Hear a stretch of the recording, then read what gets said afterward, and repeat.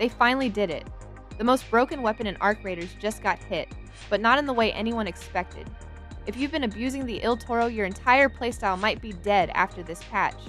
So today we're breaking down the new patch notes, including the IL Toro changes everyone was waiting for, a bigger balance shift that might be happening behind the scenes, and one change that might actually make the game worse. And trust me, that last one is already splitting the community. Now if you've been playing recently, you already know the meta was getting out of control.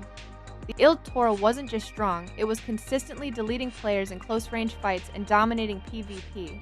It became the go-to weapon because of how easy and reliable it was, and even the devs clearly saw it coming. So here's what just changed. The IL Toro has been cut down pretty significantly. Its energy consumption per shot has been increased by roughly 15 to 20%, meaning you're going to run out of energy way faster in extended fights. On top of that, its effective damage output at close range has been slightly reduced, with pellet damage dropping by around 8 to 10% depending on distance. And that matters more than people think. This isn't just about raw damage, it directly affects how often you can win fights back to back without stopping. Before, you could wipe a squad and still have enough energy to keep pushing. Now, you're much more likely to burn out after 1 or 2 engagements, which forces slower, more calculated fights. But here's the weird part. This nerf might not actually fix the problem. The real issue with the IL Toro was never just raw damage.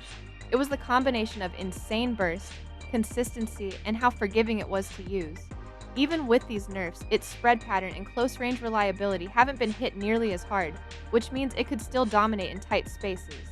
And this is where things get interesting, because while everyone is focused on the IL Toro nerf, this patch might be part of a bigger pattern we've been seeing.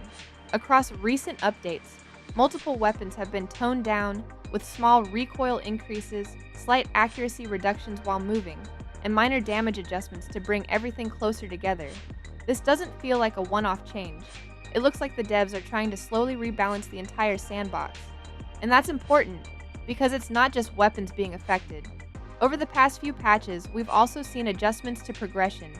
Things like slightly lower blueprint drop rates and higher crafting requirements for stronger gear. When you combine that with weaker weapons, every fight starts to carry more weight, more risk, more decision-making, fewer easy wins. But here's something else that dropped with this patch that nobody's really talking about. The new Rawhide Outfit.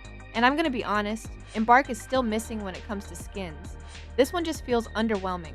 It doesn't really stand out, it doesn't feel premium, and compared to what players actually want, it's just not hitting.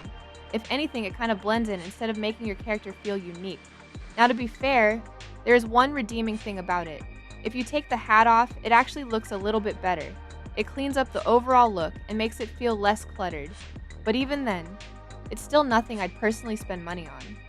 And here's the hot take. At this point, it feels like Embark is putting more effort into slowing the game down than actually giving players things they're excited to grind for. Like, if you're going to make fights harder, gear rarer, and progression slower, then the rewards have to hit harder. And right now, the skins just aren't matching that level. Because think about it. What's the motivation? If the best cosmetic you're getting is something like this, why would players feel excited to invest more time or money?